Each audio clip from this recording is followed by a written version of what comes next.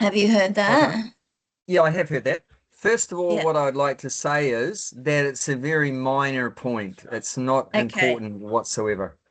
Yes. So whether someone does or doesn't, it's not a big deal.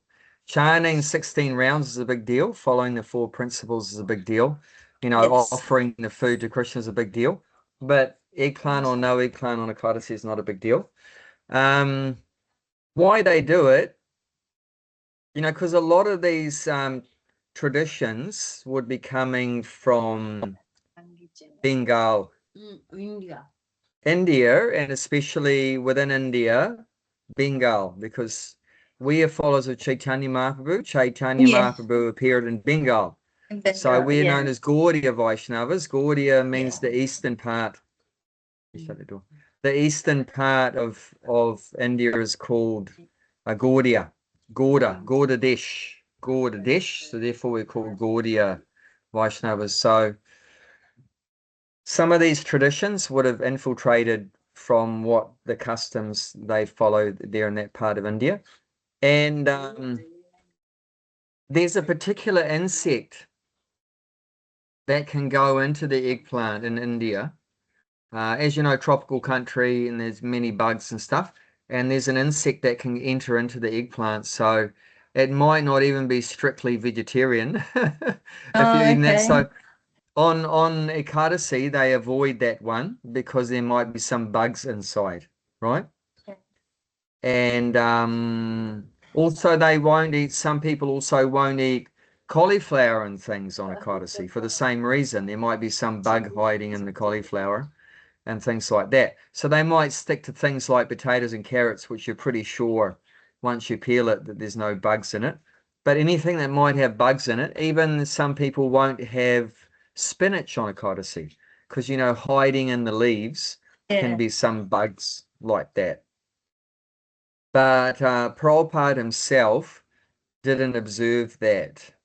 So we prefer to follow Prabhupada than to follow some Bengal traditions and so forth. I mean, it's Awesome. okay, it's no harm. But also, we're not in that part of the world, tropical, that where the eggplant's full of bugs. I've never seen a bug in an eggplant in Australia or New Zealand. I don't know about you, but I've never seen any bugs in the eggplant. And yeah, you just check your cauliflower well and remove any caterpillars and stuff. Now most of the veggies in the West are sprayed so much with Yeah. pesticide, there's not going to be anything living on it. I'd be more worried. I'd be more worried about the pesticide residue than the Yeah. bugs. I'd rather, if I saw a bug, I'd be happy. Well, maybe this one didn't get sprayed. No, you know what? Well, Actually, he even he with Yeah. had this this story about this angel or something that won't accept that wouldn't accept, or that Krishna wouldn't accept the eggplant on a Kodashi for some reason, and it had to do with some angel or something. I don't know. It was this long-winded story that this person had heard, and Hmm. I don't know. I can't retell it What to what you, you but do, what you do with someone that tells a story like that and is ask, where's the evidence in scripture? And that's yeah, simple. End of story. You yes, show me where it's in Sanskrit we call it praman. Praman means evidence. So and the main evidence is from the Vedas. So you tell me about this fairy tale with angels and bugs and eggplants on a Ekadasi. Where does that come from in the scriptures? And if they yeah, can't show you that, then we don't accept it. It's simple. We okay, don't see, accept it. sure, even with that Chaturmas fast, Mm, the first month they don't have green leafy vegetables. mhm, Uh, then milk, yogurt, and mm, urad dal in the mhm, last month, mhm, right? mm. So that also it's because in Bengal those things are all, Yeah, yeah. So and yeah. because that first month of Chaturmas starts in the monsoon, they avoid the green leafy vegetables because all the bugs are sitting inside Yeah, there. yeah, yeah. So there's a purpose behind that Yeah, to blindly follow yeah. that. So, like she's talking about Chaturmas. You might have heard about Chaturmas. You know what Chaturmas is? yeah, yeah, yeah. I've It's never Chatur followed means it, but four and Mas means months. So, in the 4 months of the rainy season, So that rainy season, I suppose, what would that be, Gulshan? Rainy season means like July, August, September. Yeah, not September, July. July, August. It's 4 months, but it's Chatur means 4. So Yeah, but maybe it's June, July, June August, started, yeah. September. June, end of May, Yeah. June started, yeah. Yeah. Yeah. So during the rainy season, that traditionally the sadhus, the saintly people, they would perform extra austerities because normally they're the sadhus always traveling, right? But in the rainy season, they can't travel. So if you can't do your normal work, then you do take advantage of that. You're staying put in one place to do some extra tapasya, extra austerity. So things that they particularly like to eat, they would not eat those things in those 4 months. So Bengalis love shak, green leafy vegetable. They love the shak. And also for 1 month, they don't eat shak, which is an austerity for them. And then they love their dairy products. So 1 month they can't have yogurt, 1 month they can't have milk, and the final month they can't have urad dal. Now in the West, if you tell a Westerner, oh, we're going to fast from urad dal, they're going to say, what's that? We don't even know what that is. You know, they've never even eaten it. Forget about fasting from it. But in Bengal, they love the urad dal. It said that if a Bengali is not eating urad dal, then he must be secretly eating fish because it has a very similar protein amount as fish. And also, and I've experienced that. One time I had it as called a vada, like a fried little dumpling. And I had the urad dal blended with some cabbage and some spices. And oh my God, it tasted just like fish. It brought back memories of eating fish as a kid. And it was just the same taste, but it was only urad dal. So yeah, it said if a Bengali doesn't eat urad dal, he must be secretly eating fish. So yeah, they're very, of course, Bengal, they're very close to the ocean. So a lot of them are fishermen and, having, fish regularly like that. So yeah, they're very popular items in that part of the world. But is that relevant for us to do in the West? Chaturmas following those things. One thing is we don't have a rainy season. So, and the other thing is most people don't give a stuff if they don't have spinach and yogurt and milk and especially urad dal. If you did want to do extra austerities, if you were thinking that the austerity of chanting 16 rounds of the Hare Krishna mantra every day and following the 4 regulated principles, only eating food offered to Krishna, if that's not enough austerity for you, then you could add to that by say 1 month, no cheese. That would be a serious austerity. 1 month, no chocolate. Yeah. One month, no pizza, and then 1 month, no pasta. Things like that. You could make it relevant to things that you like, like that. So, but it's not very, I personally feel that those Chaturmasya vows and austerities are not very relevant for us in the West. And, everything we should see according to time, place, and circumstances. Called time is Kala, place is Desha, and Patra is circumstances. So according to circumstances means like according to the people, like a Bengali people, but you're dealing with a Bengali person, it's going to be a different scenario than an Aussie person, a Kiwi person, so you have to adjust things according to the people, according to the time, like that, according to the place, like that. There was one other thing. Yeah. We're reading on Wednesday. We're reading this book. It's called "Living the Wisdom of Bhakti." Yeah. By Mahatma Das. Yeah. And there was one quote, and I'll try and put it in context for you. It's talking about that preaching Krishna consciousness depends on us, and it talks about when the Gaudiya Math when Bhaktisiddhanta had left, and they publicly exposed the leader of another movement that was he was claiming to be an incarnation of Rama and Krishna. and they're talking about it in what we can do today. And they quoted a letter that from Prabhupada, and he said in the letter, it was saying he appreciated the service, and he said he made this prediction: if we go on chanting vigorously as we have for another 25 years, then all these other so-called religions will disappear. After all, what do they have to offer? Have you heard that quote before? I haven't heard the quote. I've never heard that quote before by Prabhupada. And But that doesn't mean that it's not there because we haven't heard of it. I no, mean, Prabhupada said I'm so much, sure but yeah.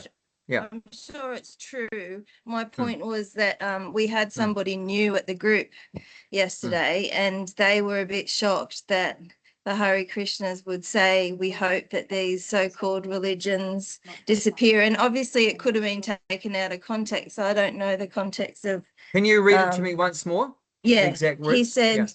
He said, if we go on preaching vigorously as we have been for another 25 years, then all these other so-called religions will disappear. After all, what do they have to offer? And the writer said, this letter weighs heavily on my mind because these other religions have far from disappeared. Right. And the person that was new to the group yesterday was like, oh, I didn't realize that, like, the Hare Krishnas also think badly of other religions. And I tried to explain, no, that it wasn't that, but I couldn't explain why Prabhupada had said that, because I'd never heard it before, and I haven't heard him say anything like that before. I've heard him say things like that you can use the practices of Krishna consciousness to help you on your path in other religions, and that he encouraged anybody on a religious path, and that but that he did criticize Christians or Catholics for breaking their for killing, when it says that in their commandments that they're not supposed to kill, and they kill animals. Like, he had some very heated discussions and things with priests and people in those religions, but I'd never heard him say that he wanted to eradicate other religious. No, he's not saying want to eradicate them, but he's saying that if the devotees acted on a very high level of practice of their own Krishna consciousness, that would be so attractive to these people that followed all these other religions, that they would be attracted to Krishna conscious practice and give up all the other religious practices. Yes. And we see that, that there were devotees like myself that come from an atheistic background. We gave up that, which is also a kind of religion. Atheism is also a kind of belief, a kind of religion. So we gave up that. I know devotees that were Buddhists before, and they've given up being a Buddhist to this. Devotees that were Christians before, Muslims before, Hindus like my wife, Hindu before, so have given up all these other, religions and beliefs to take up Krishna consciousness. Why? Because it is superior, it's better. But Prabhupada was saying that if the devotees have a very high level of Krishna conscious practice, then they would give up all their other nonsense and take to Krishna consciousness. And which is correct. I mean, there's nothing wrong in Prabhupada saying that. If, like, we know that verse 259, we can look at that now.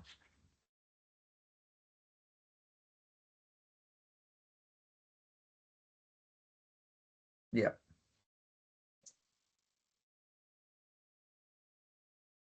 $2.59.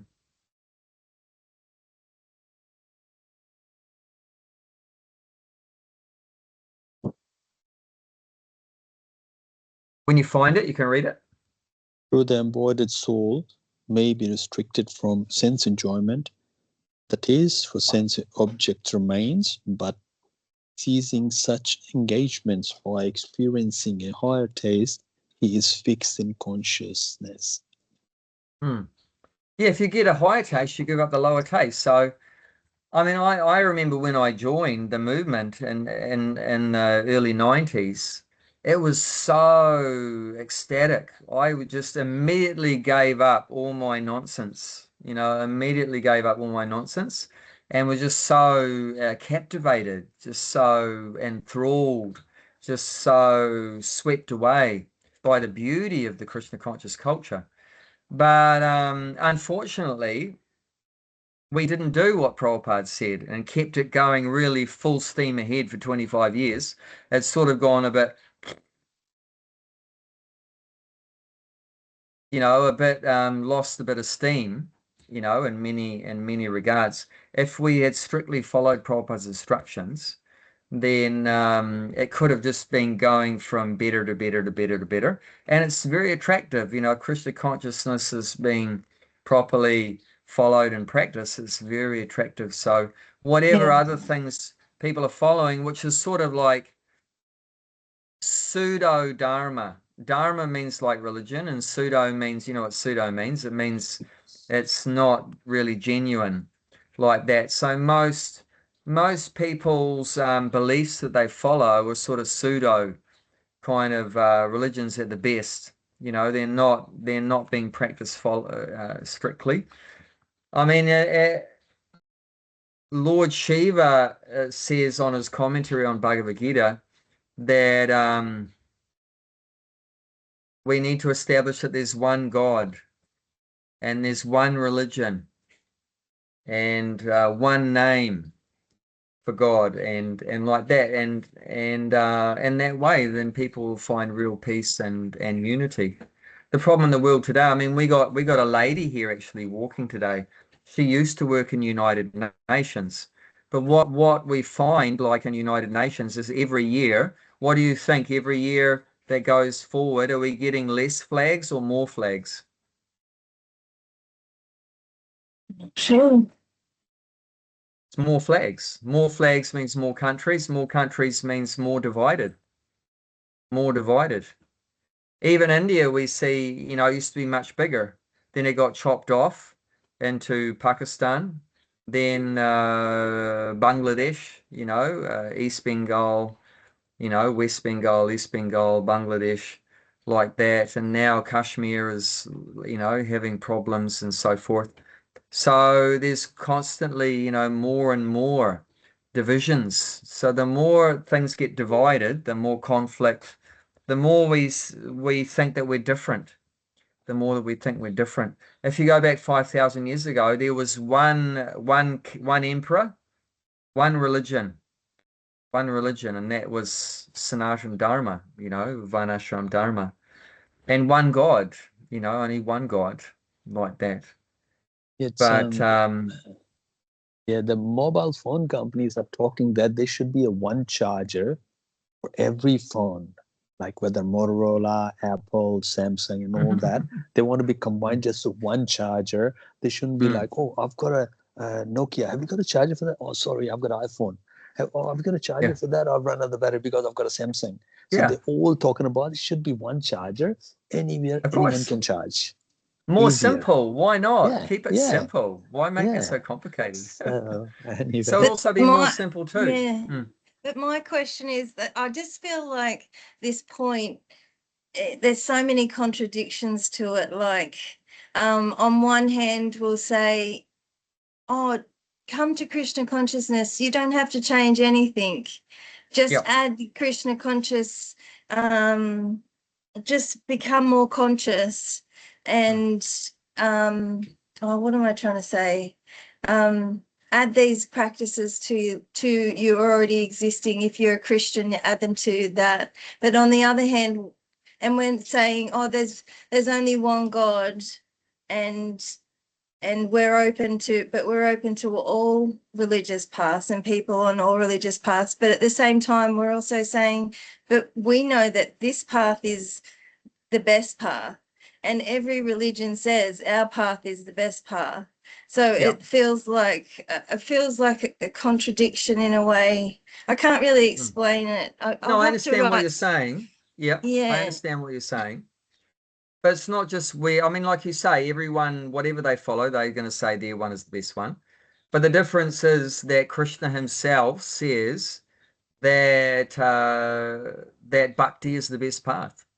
You know, so we're repeating that, but you can't really, I mean, shoot the messenger, but we're just the messenger. Well, I know it is the best path, but I don't know Yeah. how to explain this to other people. Well, I that mean, I'm that's what meeting. there's Yeah. we spend the whole session looking through different verses where Krishna says that it's only through bhakti that one can achieve him. It's only through bhakti one can go back to Godhead. You know, so like that, he says, like, if we can read one of the most common ones, famous ones, is 1855. Doesn't it say, it'd probably say that in their books too, though. That's probably what they say in their books as well. This is the only path. Well, You know? I mean, we can look at that verse here in Bhagavad Gita also, which is saying that, you know, Krishna himself gives the person faith in their particular path. So that's given by Krishna, because he knows that's what they want. You know, they want to enter into a religion where it's okay to eat meat, you know, and okay to drink. I was talking with one Jewish walker today, and I said, in Jewish religion, are you allowed to drink alcohol? And she said yes, but she said Muslims aren't, but Jewish are. So that, you know, Krishna knows what the person's desire is. You know, I sort of want to love God, but I want to keep drinking. You know, okay, so then they can be, you know, have faith in following Judaism like that. Okay. And, you know, so according to where people are at, they'll be attracted to a particular kind of religion. And that faith that they have is given by Krishna himself, because he's not attached that, you know, everyone has to be, you know, following bhakti yoga. So, but he knows it's best for us. It's best for us. But anyway, read this one, 1855. Yeah. Yeah, One no, that can, makes sense. yeah, one can understand me as I am, as the Supreme Personality of Godhead, only by devotional service, and when one is full consciousness of me, by such devotion, he can enter into the kingdom of God. So if I love drinking, so next life that God can give me a birth in the Jewish family. Say that Krishna, again. if I love drinking, so the Krishna can give me a next life, the birth in the Jewish family. Well, it's not Possible? so easy as that, because there's other factors too. Okay. There's other factors too. But yeah, there's other factors. But that's one. But definitely Krishna. Simple? Other What's factor that? and all, just make it a simple. And other factor, and then I just get confused. You know Yeah, what? but the problem is we're not simple. Like, okay, if it was so clear cut, but is that the only desire the person has is to drink? No, they'll have other desires. You know, they'll have other desires to eat meat, and other desires for women, and other desires to make money, other desires to get a big position, and so forth. So, you know, we've just made God's life complicated because we've presented our big list of desires. It's like Santa, right? Christmas is coming up, and everyone pulls out their big wish list. I want 100 things from Santa this year. Can I say quickly that what I dreamed last night? Okay. I dreamt last night. I cleaning the Prabhupada's feet, and Radharani Maharaj both are sitting there with the dustpan, and they look at me. He said, "What are you doing?" I said, "I couldn't find any brush or anything. The dustpan was there, and I'm cleaning the feet with the dustpan." Mm. And then when I cleaned the first Prabhupada, then Radhanath Maharaj was there, and I cleaned the Radha Maharaj. Both was looking very strange look. And I said, I was just looking, what do you strange look? And then again, they would talk each other. I don't know what they're talking. And then I would just wake up. I couldn't find anything. Dustpan. I was cleaning. Wow. Can you believe You're very that? fortunate. That's so nice. You know, it's said that if the guru, normally we don't take dreams very seriously, but it's said if Guru or Krishna appears in your dream, then you can take that as some auspicious kind of sign there. and they very strange look at me. Means normally people they wash the food for the guru, and like I just cleaning with dustpan. Dustpan. But yeah, often, Anyway. you know, we just mix things up. So I don't know. you're obviously thinking a lot about Radha Swami, and then Oh, you're yeah, thinking, you must be always. thinking that maybe Bhakti Mala's been getting on your case about cleaning properly, Yeah, and you've been that's the thinking thing. about using the Oh, dustpan, and you cleaning just is combined the it's two just different maybe desires together maybe I couldn't to find the be with water. the guru and I then just clean like things with the dustpan. yeah, it's just Yeah, strange. Anyway, yeah. And what was the verse you were talking about that Krishna gives, like when you desire, then he shows you the path to that Yeah, 7th chapter, religion? text 21. 7. 7th chapter, text 21. And then 22 after that, 2 verses.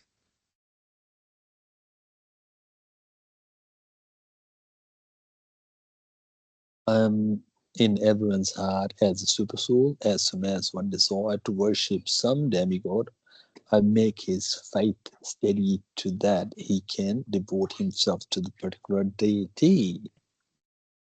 Okay. Yeah, so it's talking about demigods, but same principle applies. He's in our heart, God's in our heart. As soon as he sees you have some desire to some particular kind of worship, then he says, I make his faith steady so that he can devote himself to that particular deity. So the Yeah. faith that the born again Christian has, where does that strong faith the born again Christian has, that Jesus is the only way and everyone goes to hell or whatever else, where does that strong faith comes from? It comes from Krishna in his heart. You know, and someone has strong faith in ghosts, you know, to worship ghosts like that. And, you know, I think the faith comes and from it's the Krishna association himself. as What's that? well. Whom you're associating with that. That's where the faith come. That it's just like if you are like 10 days, if you sit down for the saintly people, you feel like to leave the house. I'm gonna be saintly. And 10 days Yeah. you sit down with someone different, and then you be like the association makes like if somebody born the Christian family, every Sunday if you take him that to the church and everything there from years and years, and his faith will build accordingly, because the association every Sunday he going there at home Yeah. as well and all that. Yeah. Yeah. So And getting back to Bhakti Mala's original quote from that book, that, he's saying if the devotees really practice really well for 25 years, then, people are going to be associating with those fired up devotees. They're going to become attracted. Like I associate with a devotee for one day, I got attracted. That's it. And that's why I've been there for more than 30 years. Just because one day, spending one But day with a devotee. that So must if be the we had pure all devotee. become fired Must be up for 25 years, I mean, there wouldn't be any people be interested in following anything else. Prabhupada was saying that there had been talk in the UK Parliament, and the time Prabhupada was there in the UK Parliament. One guy stood up in front of the Parliament, said, "We got to watch out for this Hare Krishna movement, because if we don't do something about it, I think he said 10 years or something like that, they could take over the government." Because it was just going so powerfully. Wildfire, like wildfire. Like They said they take it over wildfire. the world. It wasn't happening in America as well. He said we have to stop him. They're taking Yeah, over yeah. the world. The devotees Yes. were in ecstasy because Yeah. they were just If so can you imagine sincerely following Prabhupada. if Prabhupada lived 25 more years, can you imagine? It's Yeah. gonna be the wildfire all over the Oh, world. yeah. It'll be It was 25 just more years massive. Prabhupada It was lived. massive. Yeah. It's gotta be like in 10, 11 years he did that much. Can you imagine another 20 years? Yeah. Mad. Yeah. It's gotta be anyway. Well, thank you. That makes a lot more sense now. And now I can feel like I can answer the question a bit better if somebody asks, if it comes up again. I feel like I can because have a bit more knowledge. Yeah. The Hare Krishna movement, what's the purpose of it? Is to teach bhakti, to practice Yeah. bhakti and teach it. And Krishna himself is saying it's only by bhakti that one can approach him, know him, go to him. So it's not wrong for us to say that. And that we do want people to come to the path of bhakti. And bhakti, we don't have exclusive rights on bhakti. That's something we should understand. You know, no one has exclusive rights on bhakti. What does bhakti mean? You know, have love for Krishna. So we want everyone to develop their love for Krishna. Whether it's through being a Christian or a Hindu or a Muslim or an atheist or a Buddhist, we don't care, black or white or whatever. But through whatever their background is, come to the ultimate point of loving Krishna, which is the perfection of life. So, okay, you know, you're saying you already love God. That's very good. But then just develop more focus, you know, more detail. Who is God? You know, God is a person. His name is Krishna. This is where he lives. Prabhupada said, you know, we have so much detail. We know where God lives, what his address is, who his friends are, what he dresses, his name. We said we know his phone number. You know what Krishna's phone number is? Hare Krishna, Hare Krishna, Krishna Krishna, Hare Hare, Hare Rama, Hare Rama. You know, so these other religions, they don't know all those details. They have some idea to love God. Prabhupada said that these religions, they say God is great, but what he said is they don't know how great he is. So that's what we're supposed to teach. But then, of course, you know, after Prabhupada left, you know, a lot of things happened. And, you know, we didn't do such a good job, you know, at But I do a shortcut. picking up the If stick. somebody asks me that, I say, I give you Abe Prabhu's phone number. That's it. In that way, and he'll explain you very well because I know nothing. Yeah, we have to learn, you know, because I mean, you've been hearing from us for so many years, so you just repeat what you've heard. Everything I talk, where does it come from? Because I've also been hearing from my teachers for so many years. So whatever I'm hearing, I'm telling that to you. Whatever you're hearing from me, you tell that to someone else, and that way, you know, it continues on. Because, you know, like how many people can I reach out to? But three of us, we can potentially at least 3 times. You know, and then if we reach 9 people, then 9 can reach, you know, 27, and 27 can reach, you know, 108 or whatever like that, you know, so that way it, you know, can multiply. It can multiply like that. If you want to learn what's a bhakti is, only one person on this planet know the bhakti is Hanuman. There was a great bhakta of Lord Rama. He cannot beat in the bhakti. The Hanuman is like, as some bhakti that which is like, you know, the Lord Rama always considered Hanuman is my son, but he always say I'm a bhakta, nothing more than that. And he's like, I heard about something such as he was in what you call that, in Jagannath Puri, and he was not accepting, you know, because his heart and everything is Lord Rama. So like, and then Krishna and then Jagannath, he just converted his to like a bow and arrow. Then he just say, wow, hey, like, you know, he's got in his mind all the time Lord Rama. He said, oh, this is not Rama. Like, you know, but then they converted that. This is, oh, okay, exactly. Oh, you mean Jagannath transformed himself to look like Ram? Yeah. It said that's one quality that Jagannath has, that he'll manifest himself in a way just to please the particular bhakta according to whatever his desires are. There was one bhakta of Ganesh that came in front of Jagannath, and then Jagannath took on what's called a Hati Vesha. Hati means elephant. So he looked like elephant. And on Rath Yatra, often in temples, they'll dress Jagannath in the Hati Vesha in memory of that pastime where Lord Jagannath was satisfying the devotee. And if someone's in Nrsimhadev Bhakta, then Jagannath will take on the form of Nrsimhadev and so forth, you know, like that. And when Chaitanya Mahaprabhu came in front of Jagannath, Chaitanya Mahaprabhu was seeing Krishna playing his flute.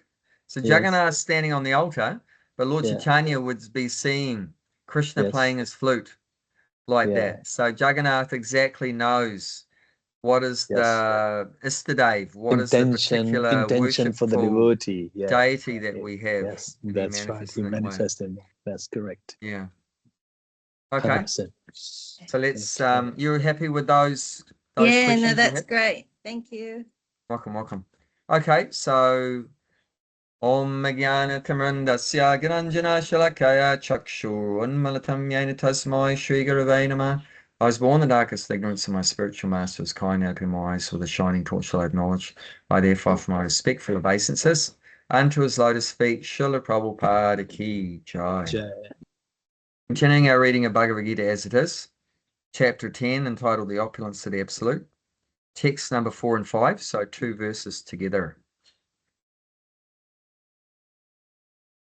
Buddhir Jnanam Sammoha Buddhi Jnanam Sammoha Shama Satyam Dhamma Shama Shama Satyam Dhamma Shama Sukham Dukham Bhavo Bhavo Sukham Dukam Bhavo Bhavo Bhayam Cha Bhayam Eva Cha Bhayam Cha Bhayam Mevacha Ahimsa Samata Tushtis Ahimsa Samata Tushtit Tapo Danam Yasho Yasha Tapo Danam Yasho Yasha Bhavanti Bhava Bhutanam Bhavanti Bhava Bhutanam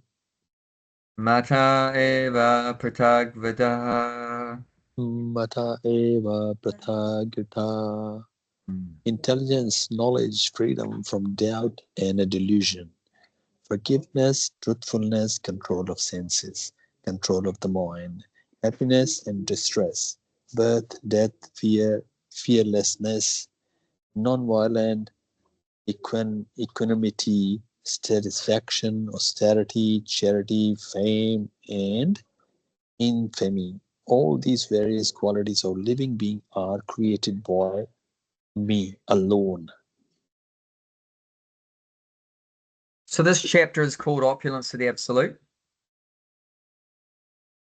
So that's part of the opulence of Krishna, that everything comes from him. And we'll be reading that soon in this first of the seed verses, and text 8 is coming up in a few verses, text 8, which we can quickly look ahead at that, a few verses ahead. What does that say, text 8? I am the source of all spiritual and material world. Everything emanates from me. The wise who perfectly know this engage in my devotional service and worship me with all their hearts. So that sums up everything, because he said everything emanates from me. I am the Both in the whole material world source. and the spiritual world, everything. And this is the detail, a part of the detail in this 2 verses we're reading today, is some of the detailed things that come from Krishna. And then he sums it up in text 8 that everything comes from me. So here it's pointing out some good things that come from Krishna, but not only the good things come from Krishna, even the bad things come from Krishna. And why is it important to also see that the bad things come from Krishna? Like, for example, death. Oh, we like to think about, Krishna is behind birth. Well, birth is very nice, right? But we don't maybe like to think that Krishna is the cause of death also. But so why is it important to understand that Krishna is even behind the so-called bad things? Because everything comes from him. True. Yeah. Yeah. So if Krishna is the cause of the bad things, the next question is it really bad? No? We are thinking it's bad. But is it really bad? Actually, a pure devotee doesn't see anything as bad. No. He sees that, Krishna's behind everything. So Krishna's made this particular arrangement in my life, which we might call that arrangement old age or disease or death, like that. Then, like one walker came yesterday, one of the reasons why he's doing the walk is to help get over a breakup with his partner. He wanted to settle down with this lady, and he'd made so many plans to make a nice house so they could settle down and have a family and everything. And then one day she just said, I don't want to be with you anymore. See you later. And like broke his heart, you know. And now he's doing the TA just to sort of try to get it. I mean, it's called the Te Trail. When I say TA, that's the walk that goes from the top of the north to the bottom of the South Island.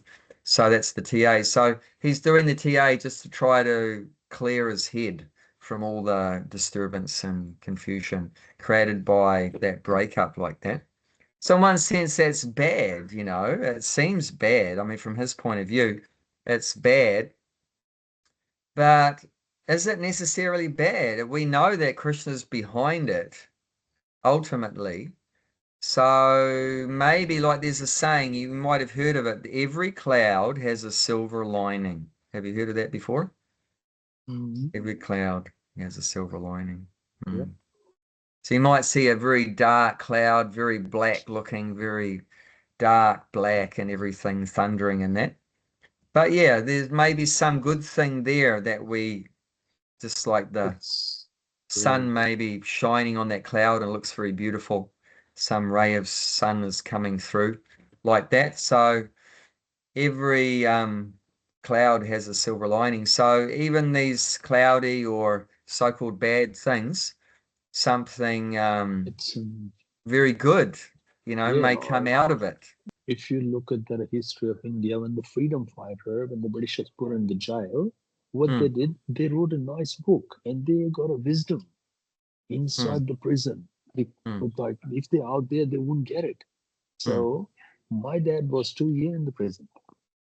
So what he learned over there, it's just like if he out there, he wouldn't. So everything has got a reason, and it's happened for a good. Yeah. Yeah. Yeah. So it's And in the Chaitanya Bhagavad by Vrindavan Thakur about Lord Chaitanya's pastimes, there's a story about Haridas Thakur, and he was born in a Muslim family, but he had become attracted to Chaitanya Mahaprabhu, and so inspired to chant the holy name. And he was chanting the holy name probably more and better than anyone else.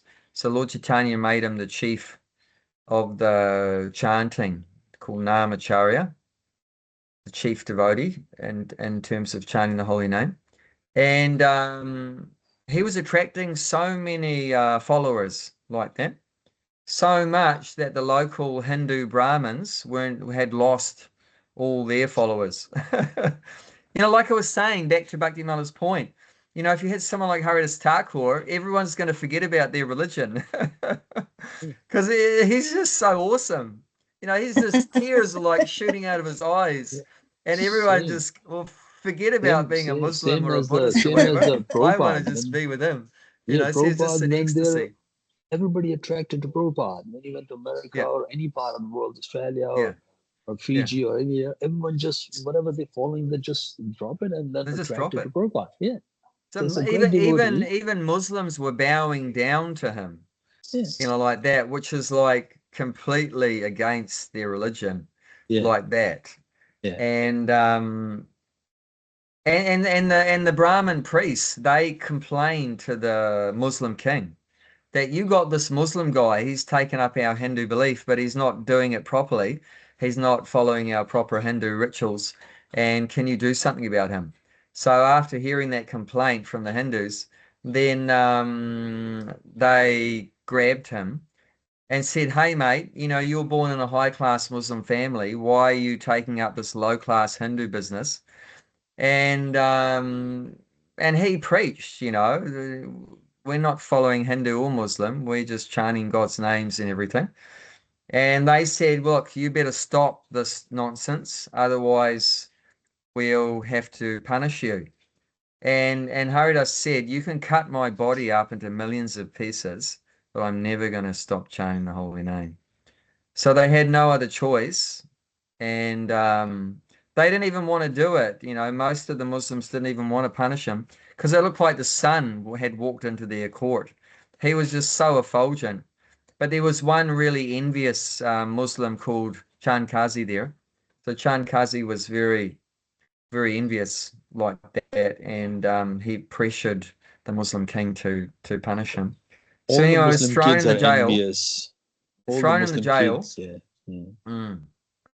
And there was heaps of Hindus in the jail that had been wrongly punished mostly by the Muslims, and they were so happy that Haridas was amongst them. They weren't happy, of course, that he'd been taken prisoner, but they were just happy to have that association of a pure devotee. And then he offered them a blessing. But what his blessing was is very interesting. He said, "May you remain as you are." And they freaked out. What kind of blessing's that? We're in jail, and he's saying, "May you remain as you are," means, may you remain in jail, sort of thing. They said, "Oh no, don't give that blessing. We don't want that." And he said, "Look, you haven't understood my blessing. You don't worry, you're going to be released within 2 or 3 days. But when I say, may you remain as you are, means now that, you've lost everything has been taken away from you, your wealth and your family and everything. Now you're so humble and you're so, calling out to God and, have a really nice service attitude to God. So when I say, may you remain as you are, may that remain, may that consciousness where you're so humble, you've given up your false ego and your pride and everything. And now you're smashed and you're, materially, you're very frustrated, exhausted. So may that consciousness remain just like that, even when you get released from the prison, but stay like that, like that. So that's my blessing, like that. But that's very interesting, that we see, oh, it's so bad, you're put in prison or something like that.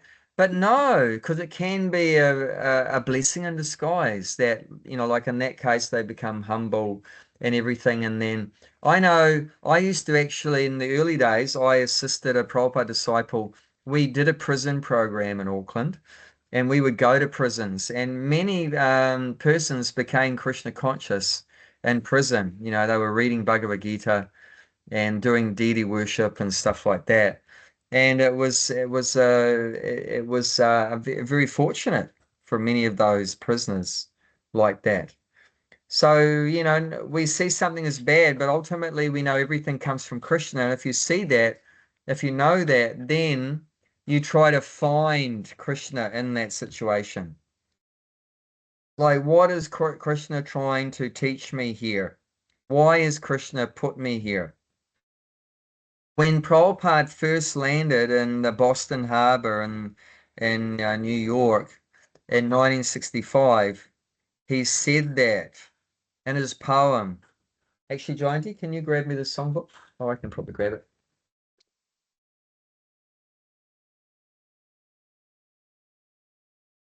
And Prabhupada, remember, he'd come from Vrindavan, the best place on the planet.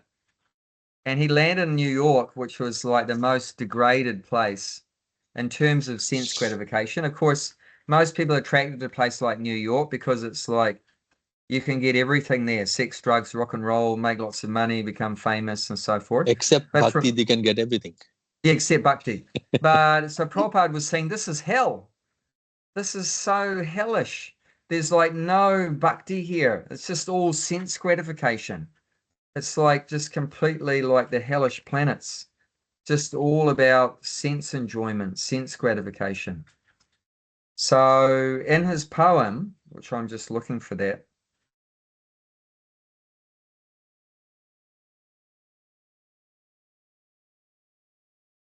Bhaktimala, you still have a poem there when Abhay Prabhu left in 2020 from Bhakti Tree. You sang one poem, remember? I said a poem. Yeah, from the farewell party of Abhay Prabhu. Remember? Oh, you remember that? I do actually, but not exactly the word by word. If you do have that, I want to read that. Or if you can read for me sometime, please. It's an Irish blessing poem. Yeah. I want to see That's one day. funny you remember that. Of course I do. I haven't got Alzheimer's yet. I know I'm getting old, but I know that. Yeah, Anyway. we did a whole screen PowerPoint thing for them. Yeah. Do you remember that, paper? Of course. Yeah. I do remember some of Yeah. it, not the details Yeah. of what was on the screen. So you're but getting yeah, I you're getting remember Yeah. you're getting a partially Alzheimer's, not you yeah, don't yeah. remember all. It's called Yeah. old age Alzheimer's, not that really Alzheimer's as the Yeah. age goes by. Yes, yes. Because more Yeah. you towards a Krishna, you will forget other things. Simple. That's there also, yeah. Krishna is like Somehow I sun. remember verses well, but not other things. Oh, that's good. That's good. I'd like to remember this as well. Yeah. Anyway, from this poem, which Prabhupada composed when he arrived, this is when he first arrived in New York. This is on, it's in the songbook. You can check out in the songbook. This he wrote on board the Jaladuta, September the 13th, 1965, when he landed there. So what he says in the beginning of his song, "My dear Lord Krishna, you were so kind upon this useless soul, but I do not know why you have brought me here. Now you can do whatever you like with me. But I guess you have some business here. Otherwise, why would you bring me to this terrible place?"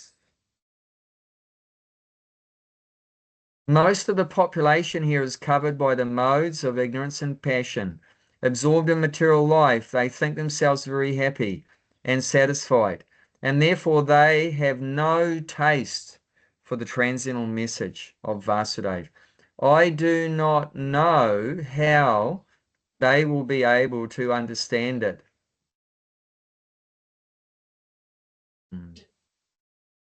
But I know your causeless mercy can make everything possible because you are the most expert mystic. How will they understand the mellows of devotional service? O Lord, I am simply praying for your mercy so that I will be able to convince them about your message. All living entities have come under the control of the illusory energy by your will, and therefore, if you like, by your will, they can also be released from the clutches of illusion. I wish that you may deliver them. Therefore, if you so desire their deliverance, then only will they be able to understand your message. The words of Srimad Bhagavatam are your incarnation, and if a sober person repeatedly receives it with submissive and all reception, then he will be able to understand your message. And then he gives a string of verses from the Bhagavatam. And then after that he continues, he will become liberated from the influence of the modes of ignorance and passion, and thus all inauspicious things accumulated in the core of the heart will disappear. How will I make them understand this message of Krishna consciousness? I am very unfortunate, unqualified, and the most fallen. Therefore, I am seeking your benediction so that I can convince them, for I am powerless to do so on my own. Somehow or other, O Lord, you have brought me here to speak about you. Now, my Lord, it is up to you to make me a success or failure as you like. O spiritual master of all the worlds, I can simply repeat your message. So if you like, you can make my power of speaking suitable for their understanding. Only by your causeless mercy will my words become pure. I am sure that when this transcendental message penetrates their hearts, they will certainly feel engladdened and thus become liberated from all unhappy conditions of life. O Lord, I am just like a puppet in your hands. So if you have brought me here to dance, then make me dance, make me dance. O Lord, make me dance as you like. I have no devotion, nor do I have any knowledge, but I have strong faith in the holy name of Krishna. I have been designated as Bhaktivedanta, and now, if you like, you can fulfill the real purport of Bhaktivedanta. And get this is signed, the most unfortunate, insignificant beggar, A.C. Bhaktivedanta Swami, on board the ship Jaladuta, Commonwealth Pier, Boston, Massachusetts, USA, dated 18th of September, 1965. Jai Srila Prabhupada. Amazing. I wasn't even So, born. you know, he was saying it's a really bad place, but, you know, Krishna's behind it. Krishna's brought me to this bad place. There must be some purpose here, like that. So anything so-called bad, It's not really bad. it's not bad. Bad means forgetfulness of Krishna. That's bad. That's what the bad is caused by. We've forgotten Krishna. But if you're going through a disease, old age, and death, and you know, lost a job, lost money, house burns down, or whatever, and you're remembering Krishna, that's not bad. You know, so Prabhupada tells how even after he had started the Hare Krishna movement, it was going very well initially. Then some Mayavad and personal philosophy spread throughout the movement. And that actually originated from some of his Prabhupada's own envious godbrothers had contaminated some of his senior disciples, sannyasis, with Mayavad philosophy. So what do we mean by that Mayavad philosophy? They were telling him that you have offended your guru because you haven't given him enough respect. He's actually God, but you have not treated him like he's God. So like that, they were presenting that Mayavad philosophy, right? That everyone's God.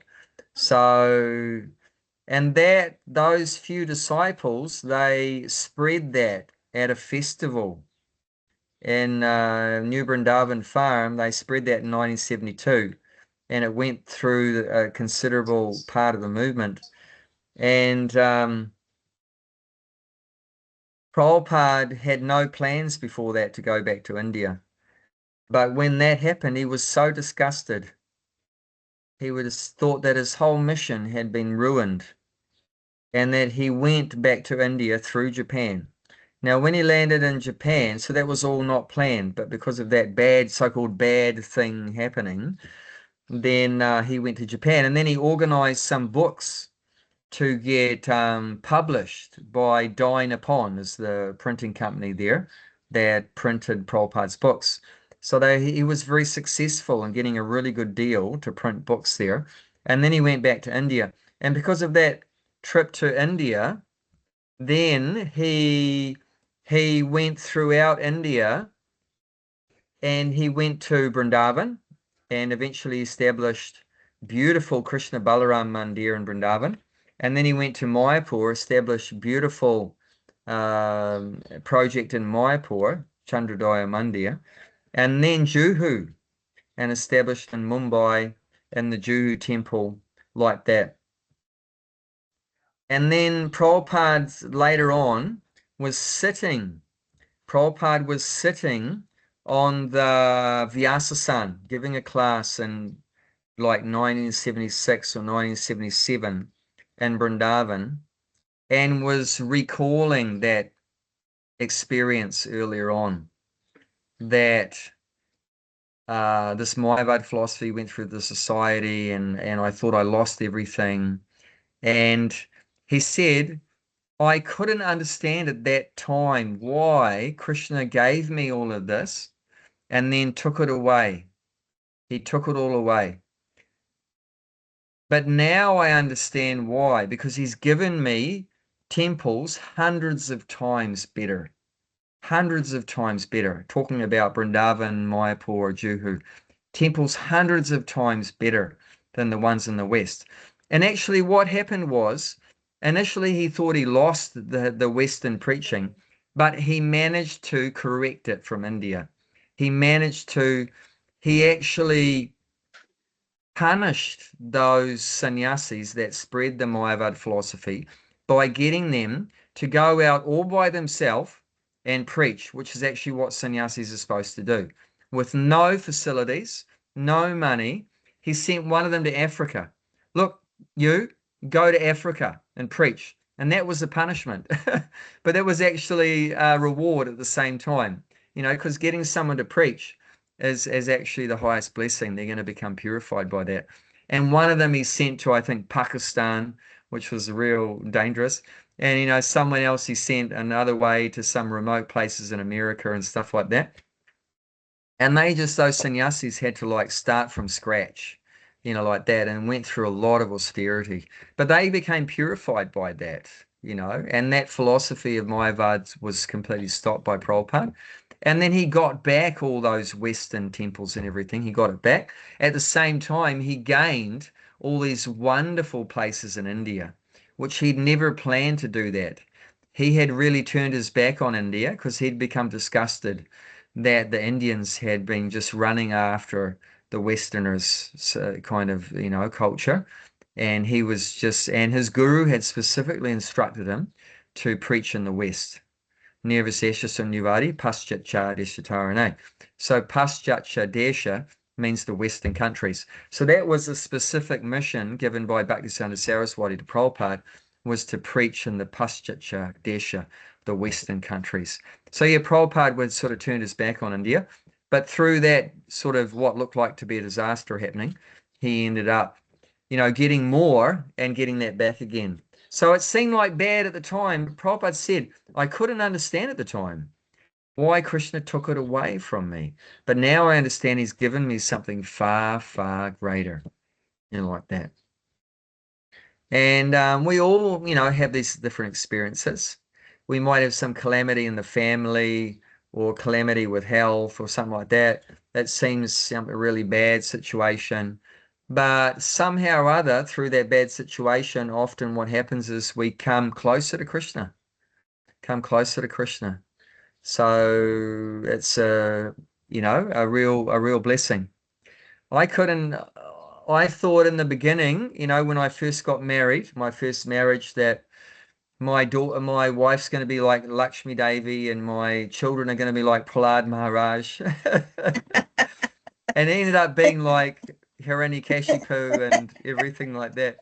So, yeah, so, but then, you know, Krishna's giving me, you know, through that, I went to Wellington because I was so disgusted with that situation. I went away and you know, went to Wellington, had a very good experience there. We did lots of Harinam and we met Jayanti there. And then because of that, you know, and then we had a difficult situation in Wellington and I was sort of forced out of there. And being forced out of there, I ended up in Newcastle and then you go cooler and I met all of you and then we set up beautiful Bhakti Tree and, you know, helped, you know, Radha Gokulananda did some service there and everything. So wonderful things happen. And then we sort of got shoved out of there, you know, and then but then we're doing some nice things here that I'd always wanted to do in our own country, do some preaching here. And like every day I'm getting to preach to about 10, you know, an average of 10, you know, Westerners mainly. And things are going well like that. Recently, this place got in the second biggest gardening magazine in New Zealand, like Oh, that. So that's good, congratulations. you know. So a lot of, you know, people that know nothing about Krishna consciousness, they're seeing Krishna written there in the article and everything. They know that we're Hare Krishnas and what we're doing. And many of them are. I had this one really atheistic Kiwi guy, he must be about 70.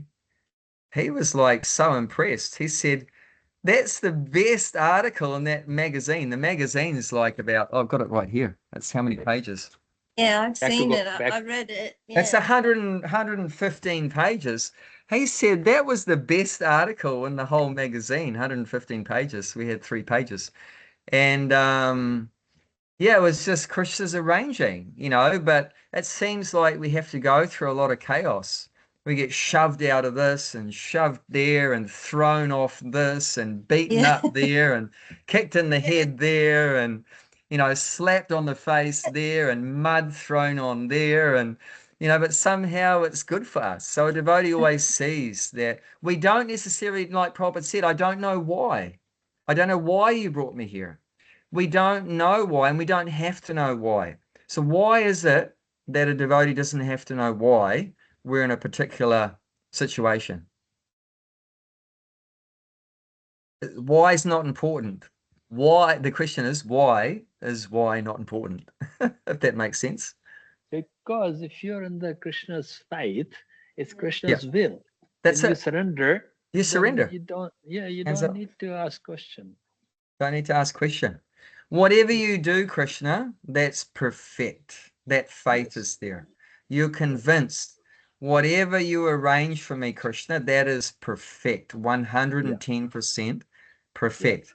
His mission is to get us out of this rotten world and take us back home, back to Godhead. So whatever it takes to get our backside out of this rotten hellhole and back to Godhead, that's what he's going to do. I have to say though, it doesn't always feel good when you're getting kicked I and know. punched. Even if I you're never not said that. I saying never why said me, it felt why good. me, it doesn't always feel good, and and it can be quite confusing and things like that. Even if you have faith, to ride it out, Write it out. That's it. It's got to write it out. Yeah. So like But you Prabhupada wouldn't have said, had he that said, opportunity to talk to so many Western people, because at the farm, it's pretty much 99% Indian people as well. yeah, So you wouldn't get that opportunity at New I know, Gokul I to know. talk to Yeah. so many And people about Krishna Indian consciousness. and the Indian people doesn't listen. Hey, Bhaktimala. Well, Except for well, Gulshan. they Except know for Gulshan. everything already. They know you, everything you, already. you know I know why they don't Bhagavad listen? Gita. Do you know why they don't listen?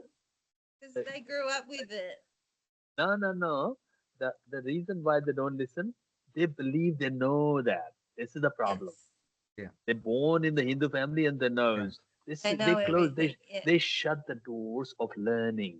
If Yeah, you say, I know that, it means you shut the door behind you. At the farm, so many people have said, have you read Bhagavad Gita? Oh, I know Bhagavad Gita. Yeah, I know that's everything. I grew up Mm. with that. Yeah.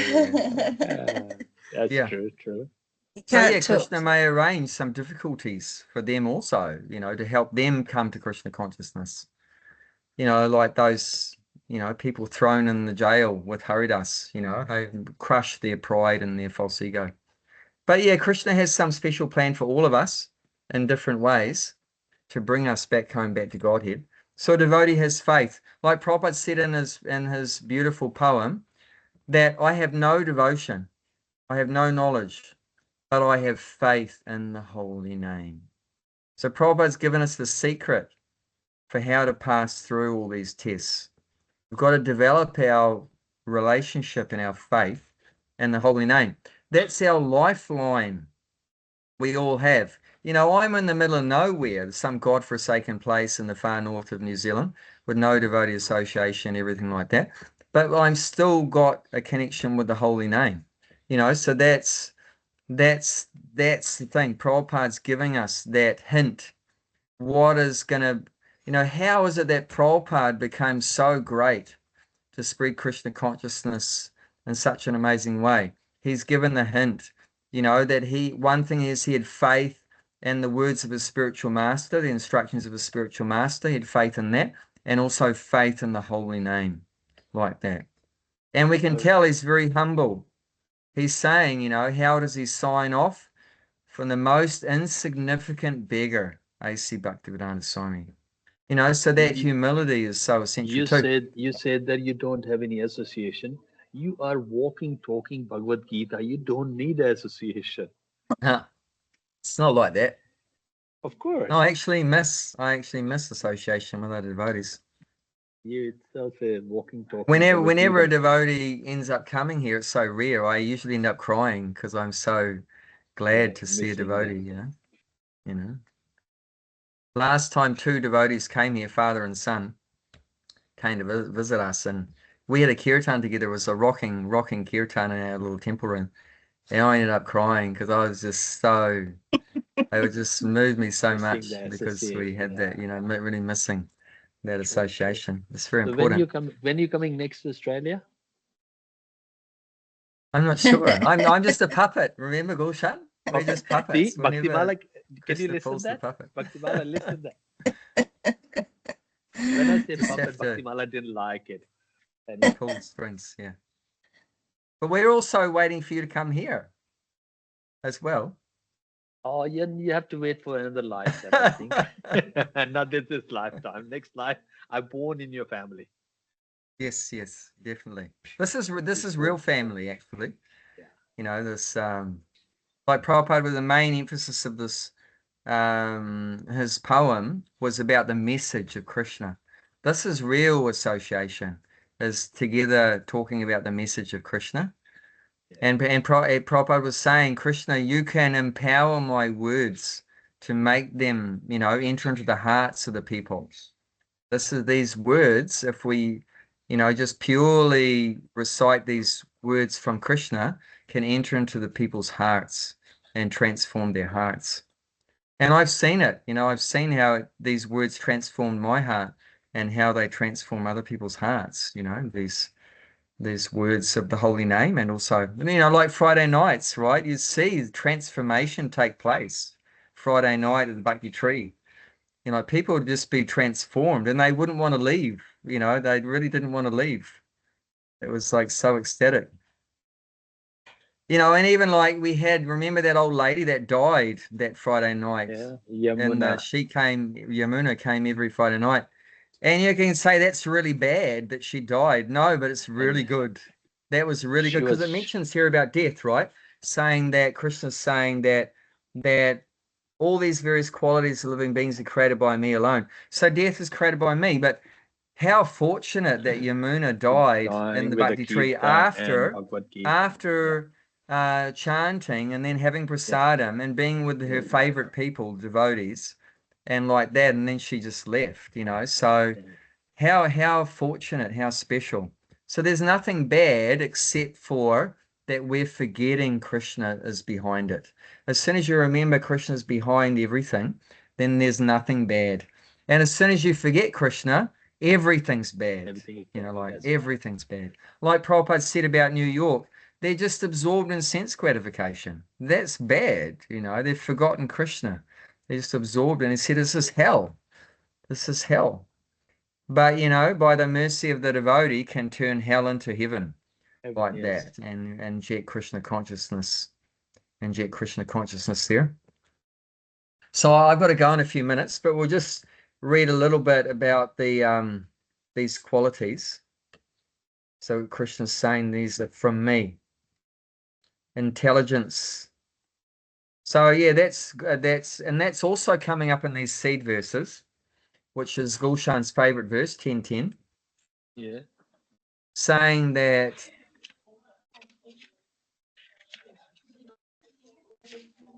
to those that dedicate their life to serve me with love, I give them the understanding, which means intelligence, because it says buddhi, right? So in this verse 4:5, it says first one is buddh here, and in this verse 10:10 has also got buddhi yoga, real intelligence. So, you know, to those who constantly devoted to serving me with love, I give the understanding, which you could say intelligence, by which they can come to me. So yeah, Krishna is the source of intelligence. He's the source of intelligence. But you can say, well, but a lot of people, you know, Krishna doesn't give a lot of people the intelligence of how to come to him. Why is that? Why doesn't Krishna give everyone that intelligence to come to him? Why does he give some people? It's my dad used to say that God helped those who help themselves. Yeah. If you go towards the Krishna, of course, Krishna will put your hand there and then you can hold it. If you are towards the back to the Krishna, then Krishna has got no interest. That's fine. You can do whatever you like. Yeah. But he's giving intelligence to the materialists also, but a different kind of intelligence. So he's the source of the devotee's intelligence to Krishna's giving him the intelligence how to go back to Godhead. And Krishna's also giving the intelligence to the materialist how to try to enjoy in the material world.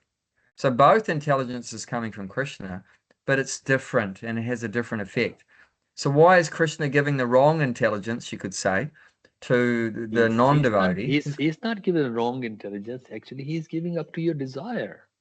Yeah, but it's because like what we read that verse in the 7th chapter, I think it was, that, you know, if he sees that you have a particular desire to worship someone, he'll give you the faith in that. That's right. You know, 100%. so if you just want to build bridges and skyscrapers and mobile phones, then Krishna will make you smart for course. that. You know, Yeah, you'll be very yeah. intelligent for making, Definitely. you know, a mobile phone and a skyscraper and a bridge. But you can't figure out, you know, how to chant Hare Krishna and go back to Godhead. But you're Yes. very intelligent for some other stupid thing, you know, because that's what you want. You know, that's what That's you right. want. So. That's what you desire. Yeah. But the point is, nobody can figure out anything without Krishna's help. If Krishna removed that intelligence, we'd all go like this.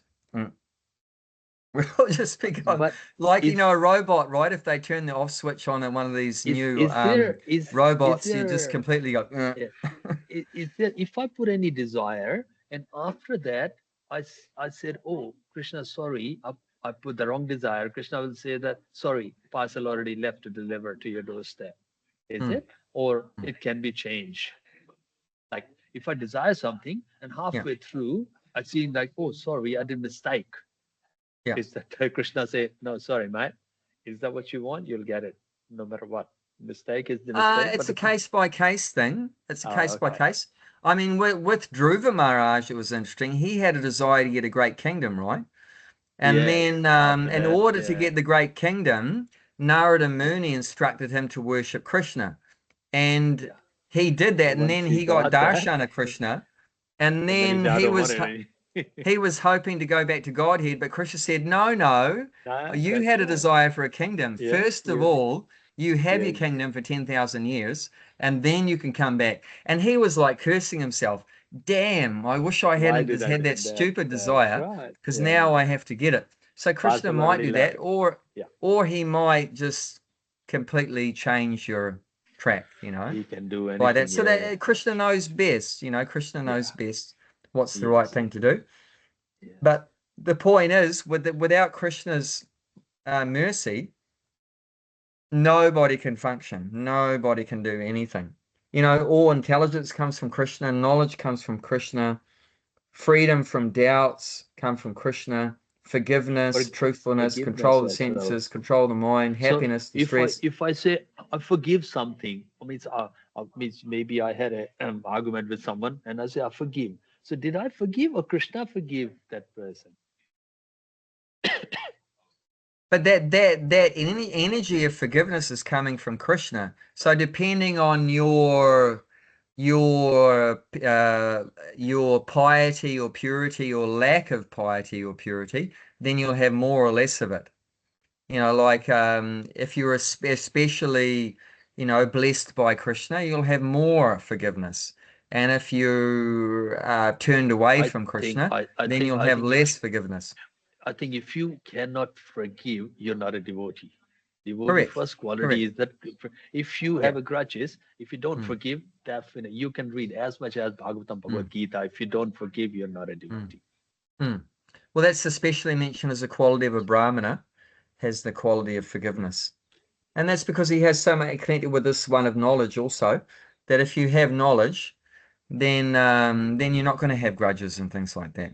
Yeah. When you have knowledge, you realize, oh, this is just my karma, why they did like this, and so then you can forgive and everything. No. You have that knowledge, and you know it's all temporary. It's all, you know, what are they insulting, criticizing me? But it's just the body. But I'm not the body. So you can say, you know, F off, you're a shithead and a dickhead and everything, but you know that's just the body. But you know, we're the soul. There's a saying, right? Sticks and stones can break my bones, but words can never hurt me. You know, so once you come to that point, it doesn't really matter what they say. I've got another way to say, if somebody say that too, I ask him, like, you know, if somebody give you a Christmas present and you don't accept it, what happened to that present? It stays to the person who gave you, isn't it? Correct. So yeah. if you say the harsh word, I don't accept it. Yeah. It stays back to you. Yeah. That's right. Yeah. I don't. So unfortunately, we'll have to leave it there. But it's very interesting subject. And read the purport next week. Yeah. And thank you, Bhakti Mala, for starting us with those nice questions. It's good, nice to hear that you're discussing different